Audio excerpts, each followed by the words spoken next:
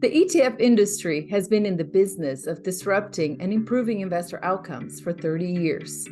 ETF issuers, the product providers, sit on the front line of that innovation. Here we get to hear their stories and learn what it takes to be a disruptor. This is ETF Wavemakers.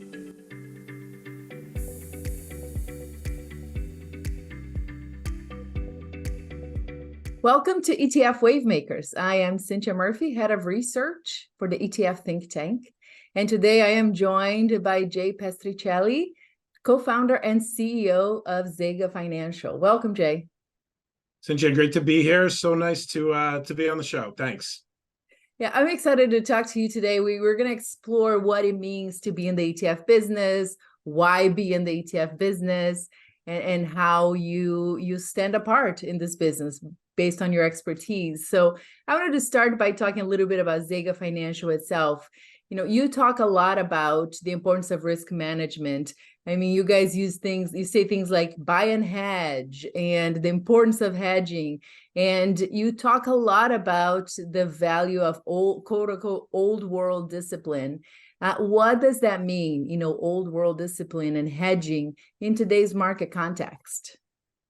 Yeah, as an advisor, we are in the business of trust and building and keeping that trust with our clients, whether it's an ETF client or a wealth management client, is really important to us. And so your clients need to know that even though we're trading more complicated vehicles like options, that we're still going to stick to kind of core principles of understanding the client's needs, communicating, being transparent, being there for them when things are inevitably not going so great, but also being there to celebrate the wins. It's really more about, with our clients, the relationship building and how we can help them achieve their goals, which is a little different than, what happens in some experiences today. No touch service, do it yourself, do everything from an app on your phone, doesn't really appeal to everybody all the time, especially folks that are looking for a trusted advisor. And so when we talk about old world discipline, that's what we talk about. We talk about using a measured hand when we're investing, measuring risk, meeting client goals, but doing it in a way where there's more of a relationship. Yes, we'll use video these days like Zoom, like we're using right now, but still conversations are much more impactful than emails and messaging. Yeah, well, what's interesting about that is that, we've been in this business a long time. I think I've been here longer than you have even. Just the idea of financial advice and the role of the advisor, it's constantly being reinvented, but at the same time, the core principle is always the same. And technology makes that job, changes a little bit what that job looks like, but the value doesn't change. It's always there. So what I'm curious is, as an advisor from that role, ETFs are one of the products that Zega Financial offers. And you have two families of ETFs, Zega ETFs and Yield Max ETFs. So tell me a little bit about how did the ETF Wrapper itself enable you to share your expertise, access to your expertise in a way that other products haven't, or what's special about this wrapper in the context of what Zega is trying to do as an advisor? Yeah, the ETF wrapper is such a matter of convenience, right, for the end client. It removes things like high minimums that might be associated with an option strategy. We've been running individual option strategies for clients, and they're in individual accounts since 2010. And there are some constraints when it comes to using options. Zega is primarily an options-based advisor. Every one of our strategies that we manage has some component of options in them. And as such, there's additional disclosures and approvals and separate accounts that have to be opened up.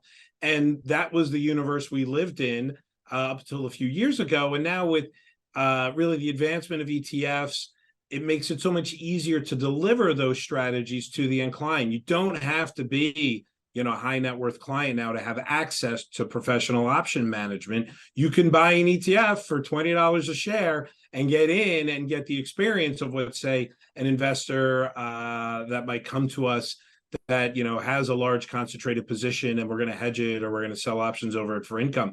It really does help bring the more sophisticated active management strategies to really everyday investors, which is what Zega is really about. We wrote a book in 2010 called Buy and Hedge, the 5 Iron Rules for Investing Over the Long Term. And it was a book that was meant to be a how-to book for the do-it-yourself options trader. And, ETFs are now such a better vehicle to give that. So if you don't want to do it yourself, then use an ETF that meets your goals. You get to assess, you get to pick, right? The variety of ETFs that are out there now that use options make it so much easier for the end investor. So Jay, the value to the end investor is clear, and it's awesome.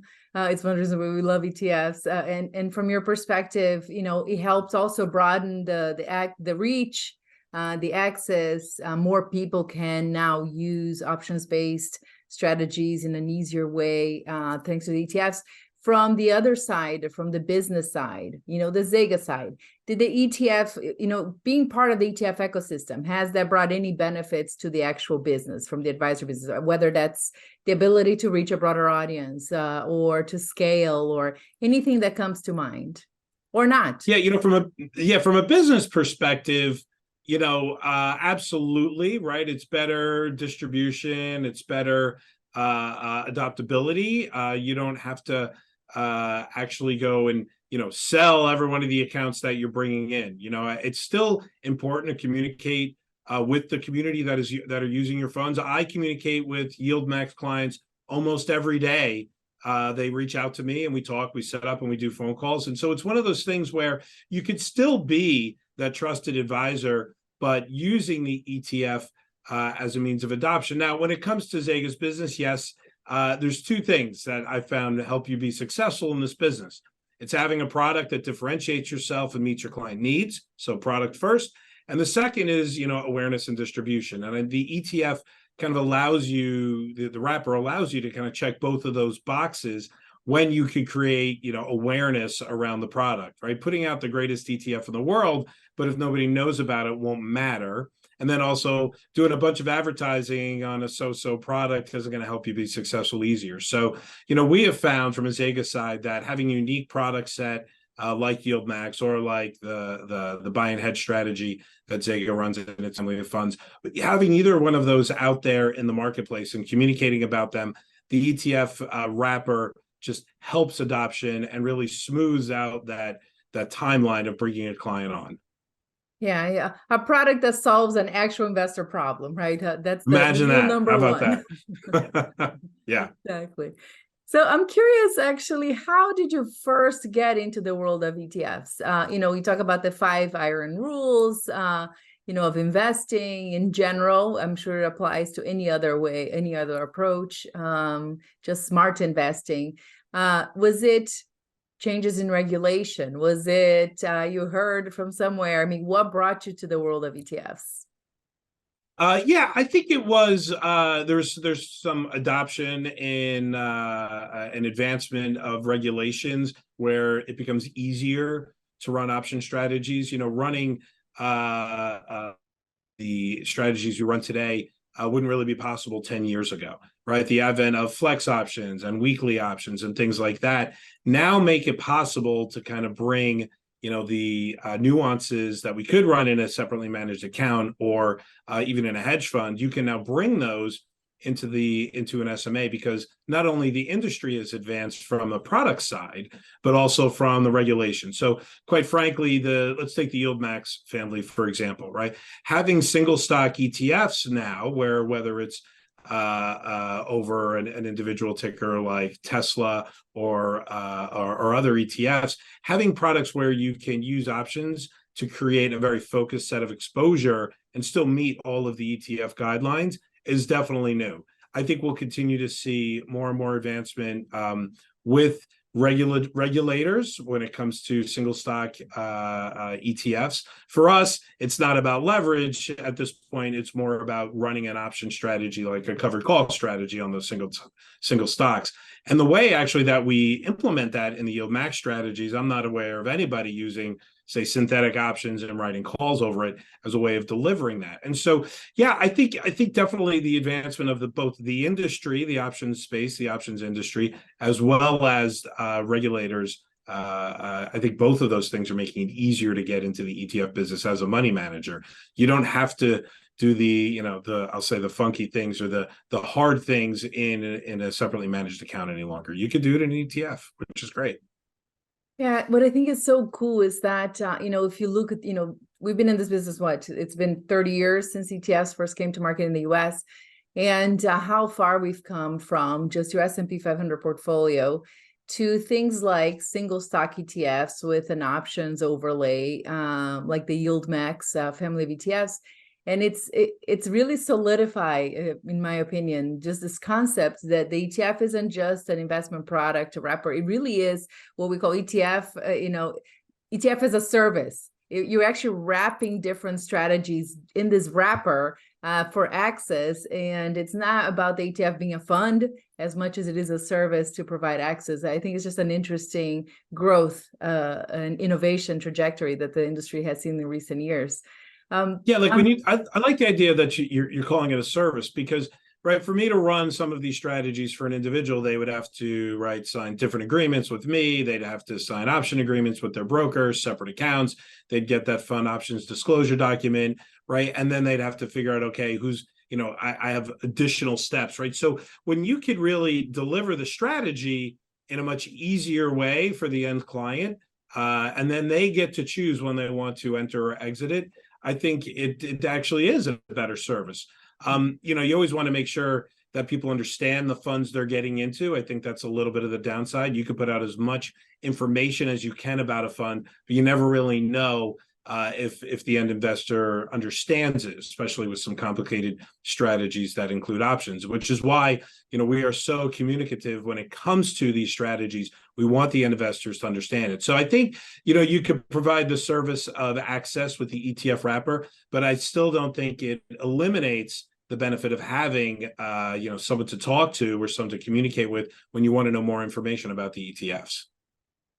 So let's do a quick rapid fire. 2 questions. Toughest part of being in the ETF business and advisor, favorite part of being in the ETF business and advisor. Go. The toughest part is when nobody knows your fund exists and it's hard for people to buy it. Right. Again, like I said, you could put out the greatest strategy in the world. If nobody knows about it, it's hard to have it distributed. So I think that's probably the toughest part about the ETF business. It's so competitive right now.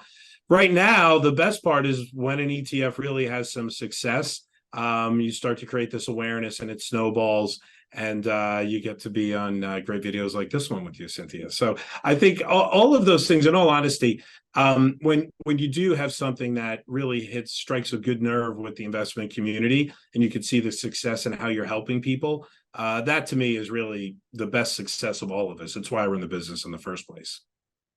The last question, Jay. I love to look to the future a little bit. As somebody who is very active, busy managing product, talking to clients in the ETF world, what trends today, whether that's in product development, whether that's in investor adoption, what do you find exciting or that you're really keeping an eye on because you're curious to see where it goes?